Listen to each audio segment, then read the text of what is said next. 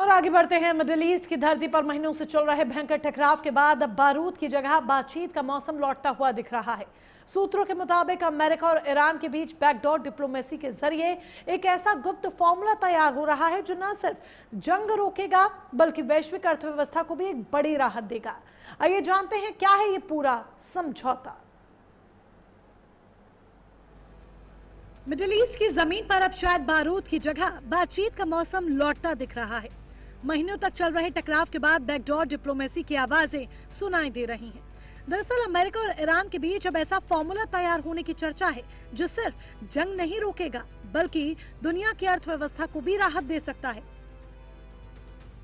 लेकिन कहानी में सबसे बड़ा ट्विस्ट ये है कि ईरान अब अमेरिका से सिर्फ समझौता ही नहीं, भरोसे की गारंटी भी मांग रहा है। ईरान का साफ संदेश है, अगर अमेरिका तबाही से बचना चाहता है तो इसे ईरान की शर्तें माननी होंगी। अब आखिर क्या है पूरा समझौता और किन समझौतों पर बात बन सकती है, जरा इसको भी जान लेते हैं। अमेरिका और ईरान सैद्धांतिक रूप में एक समझौते पर सहमत हो सकते हैं। इस समझौते में स्ट्रेट ऑफ हॉर्मुज को फिर से खोला जाएगा। साथ ईरान अपने अत्यधिक संवर्धित यूरेनियम को नष्ट करेगा और परमाणु बम नहीं बनाने का भरोसा देगा। एक अमेरिकी अधिकारी ने रविवार को ये जानकारी दी। हालांकि अभी समझौते की आधिकारिक पुष्टि नहीं हुई है।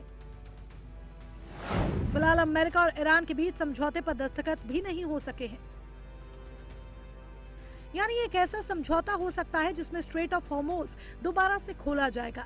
ईरान अपने अत्यधिक संवर्धित यूरेनियम को नष्ट करेगा और परमाणु बम नहीं बनाने का भरोसा देगा। लेकिन कहानी इतनी आसान भी नहीं है, क्योंकि ईरान अब सिर्फ समझौता नहीं, गारंटी की मांग कर रहा है। ईरान साफ कह रहा है कि अमेरिका पर आग बंद करके भरोसा नहीं किया जा सकता, क्योंकि पहले भी कई समझौते हुए, वादे हुए, लेकिन ट्रंप की बदलती रणनीतियों ने उन समझौतों को अधूरा छोड़ दिया। पिछली बार भी शांति समझौते पर बात बनी,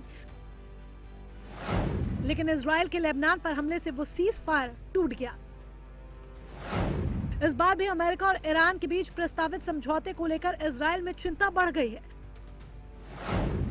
हालांकि एक्सपर्ट्स का मानना है कि डोनाल्ड ट्रंप अब इजराइल से ज्यादा अमेरिका के हितों को प्राथमिकता दे रहे हैं, क्योंकि ट्रंप का मुख्य फोकस ईरान के परमाणु कार्यक्रम पर रहा है,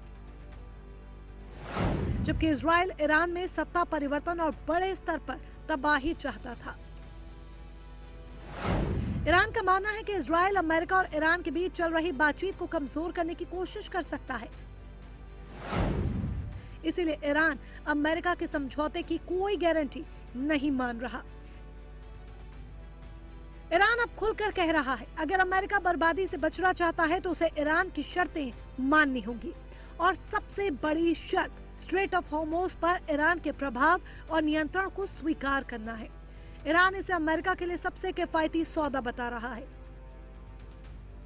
यानी ईरान ये संदेश देना चाहता है कि युद्ध की कीमत समझौते की कीमत से कहीं ज्यादा भारी होगी। लेकिन सवाल ये भी है कि आखिर अब तक ईरान के साथ अमेरिका की ये जंग शांति के रास्ते पर क्यों नहीं आ रही, तो जरा इसको भी जान लीजिए। और ये जानने के लिए सबसे पहले दोनों देशों के बीच बातचीत में हो रहे मतभेद को आपको समझना होगा। अमेरिका की शर्त है कि ईरान 400 किलो एनरिच्ड यूरेनियम सौंपे, लेकिन ईरान की शर्त है कि परमाणु अधिकारों और संप्रभुता की मान्यता मिले। अमेरिका की शर्त है कि सिर्फ एक न्यूक्लियर फैसिलिटी चालू रखे, तो ईरान शर्त रख रहा है कि सभी फैसले ईरान की शर्तों पर हो। अमेरिका इस बीच शर्त ये रख रहा है कि ज्यादातर फ्री संपत्तियां ब्लॉक रहे, तो ईरान की शर्त है कि सभी आर्थिक प्रतिबंध हटाए जाए। अमेरिका शर्त रख रहा है कि ईरान मुआवजे की मांग छोड़ दे, तो ईरान की शर्त है कि युद्ध से हुए नुकसान का मुआवजा मिले। अमेरिका की शर्त है कि हॉर्मुज पर अमेरिकी दबाव और निगरानी जारी रहे, तो ईरान की शर्त है कि हॉर्मुज पर ईरान की संप्रभुता स्वीकार हो। दरअसल समझौते का सबसे बड़ा पहलू ईरान का परमाणु कार्यक्रम है। रिपोर्ट के मुताबिक ईरान अपने अत्यधिक संवर्धित यूरेनियम को नष्ट करने पर सहमत हो सकता है, साथ ही परमाणु बम नहीं बनाने का भरोसा भी दे सकता है। लेकिन अपनी शर्तों के हिसाब से। इस पूरी कहानी में सबसे बड़ा सवाल भरोसे का भी है। ईरान साफ कह रहा है कि उसे अमेरिका की मंशा पर पूरी तरह से भरोसा नहीं। ईरान का कहना है कि पहले भी कई समझौते हुए, लेकिन अमेरिका ने अपना रुख बदल लिया, जिससे भरोसे का संकट और भी ज्यादा गहरा गया। अब इस संकट का समाधान निकालने की पूरी कवायद तेज हो गई है। शांति समझौते पर मोहर लग सकती है। Maybe today I wouldn't read too much into it. It takes a little while to hear back. So we have what I think is a pretty solid thing on the table in terms of their ability to open up the straits, get the straits open, enter into a very real, significant, time-limited negotiation on the nuclear matters. And hopefully we can pull it off. It has a lot of support in the Gulf. It has a lot of support globally. Every country that we've walked through it understands it's not just very reasonable, but it's the right thing for the world to get done. As the president said, he's not in a hurry. He's not going to make a bad deal. I mean, the president's not going to make a bad agreement. So let's see what happens. We're going to give diplomacy every chance to succeed before we explore the alternative. अब फिलहाल दुनिया इंतजार कर रही है उस आधिकारिक ऐलान का जो मिडिल ईस्ट के साथ साथ दुनिया की दिशा बदल सकता है। अगर ये समझौता सफल होता है तो ये सिर्फ जंग रोकने का समझौता नहीं होगा, बल्कि वैश्विक राजनीति में नई शक्ति संतुलन की शुरुआत भी हो सकती है।